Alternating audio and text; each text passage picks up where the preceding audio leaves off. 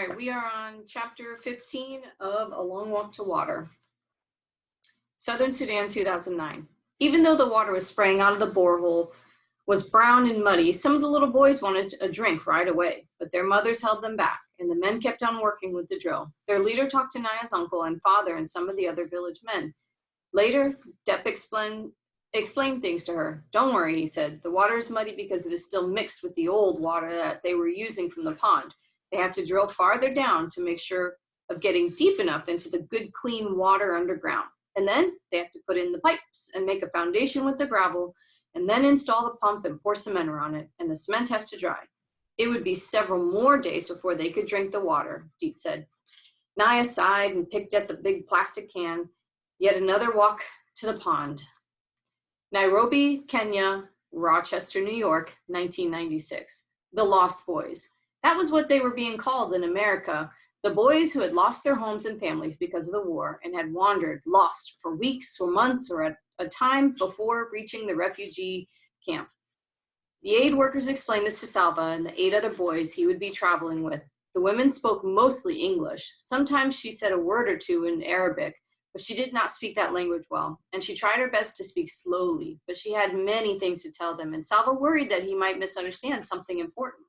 They rode in a big truck from the Ifo refugee camp to a processing center in Nairobi, the capital city of Kenya. Endless forms had to be filled out. Their photos were taken. There was a medical examination. It was all a blur to Salva, for he was too excited to sleep, which made him too tired to grasp everything that was happening. But there was one clear moment when he was given new clothes. In the camp, he had worn an old pair of shorts and an even older t-shirt. He had taken as good care of them as he could, but there were holes in the shirt, and the waistband of the shorts were stretched out and threadbare. The camp workers handed out clothing whenever donations came in, but there was never enough clothes for those who needed them. Now Salva's arms were piled high with new clothes, underwear, socks, sneakers, a pair of long pants, a t-shirt, and a long-sleeve shirt to wear on top of it, and he was to wear all these clothes at the same time. It's winter in America, the aid worker said. Winter? Salva repeated. Yes, very cold. You will be given more clothes in New York. More clothes? Salva shook his head. How could I possibly wear any more clothes? Salva could hardly believe his eyes when he boarded the plane in Nairobi.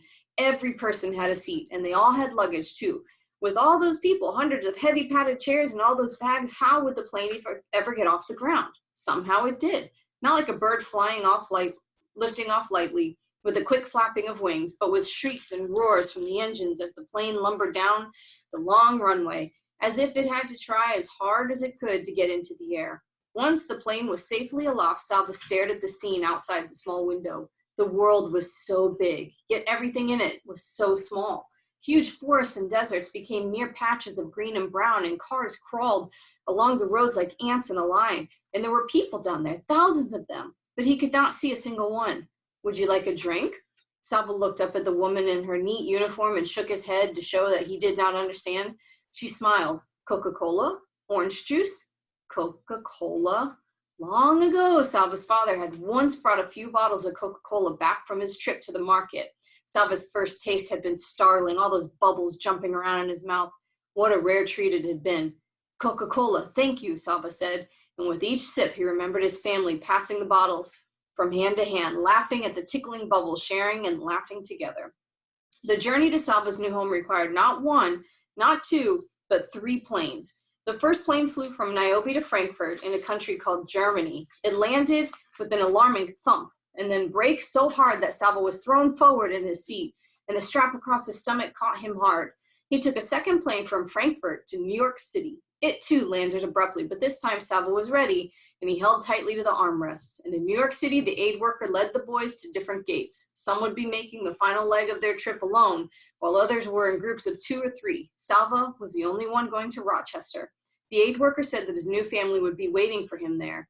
And on the plane to Rochester, most of the passengers were men traveling on their own. But there were some women too, and a few families, mothers and fathers and children. Most of the people were white. Beginning at the airport in Frankfurt, Salva had seen more white people in the last few hours than he had seen before in his whole lifetime. He tried not to stare, but he couldn't help studying the families closely.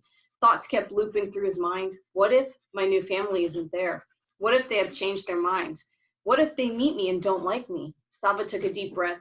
A step at a time, he reminded himself. Just this flight to get through for now. The plane landed at last, and its wheels screeched while Salva gripped the armrest and braced himself for what was to come. There they were, smiling and waving in the airport lobby. His new family, Chris, the father, Luis, the mother, and 4 children. Salva would have siblings, just as he had before. He felt his shoulders relax a little on seeing their eager smiles. Salva said hello and thank you many times, for in his fatigue and confusion, these were the only words he felt sure about. He could not understand what anyone was saying, especially Luis, who spoke so quickly that at first he was not sure she was even speaking English. And yes, they did have more clothes for him. A big puffy jacket, a hat, a scarf, gloves. He put on the jacket and zipped it up, and the sleeves were so bulky that he felt as if he couldn't move his arms properly. He wondered if he looked very foolish now, with his body and arms so fat and his legs so thin, but none of the family laughed at him, and he soon noticed that they were all wearing the same kind of jacket. The glass doors of the airport terminal slid open. The frigid air hit Salva's face like a slap. Never had he felt such cold before.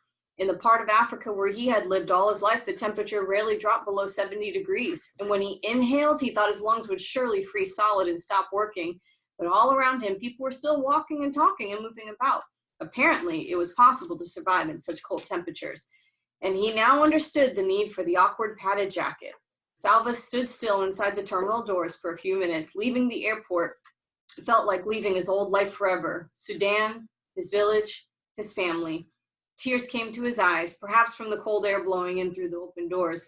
His new family was already outside, and they turned and looked back at him. Salva blinked away the tears and took his first step into a new life in America.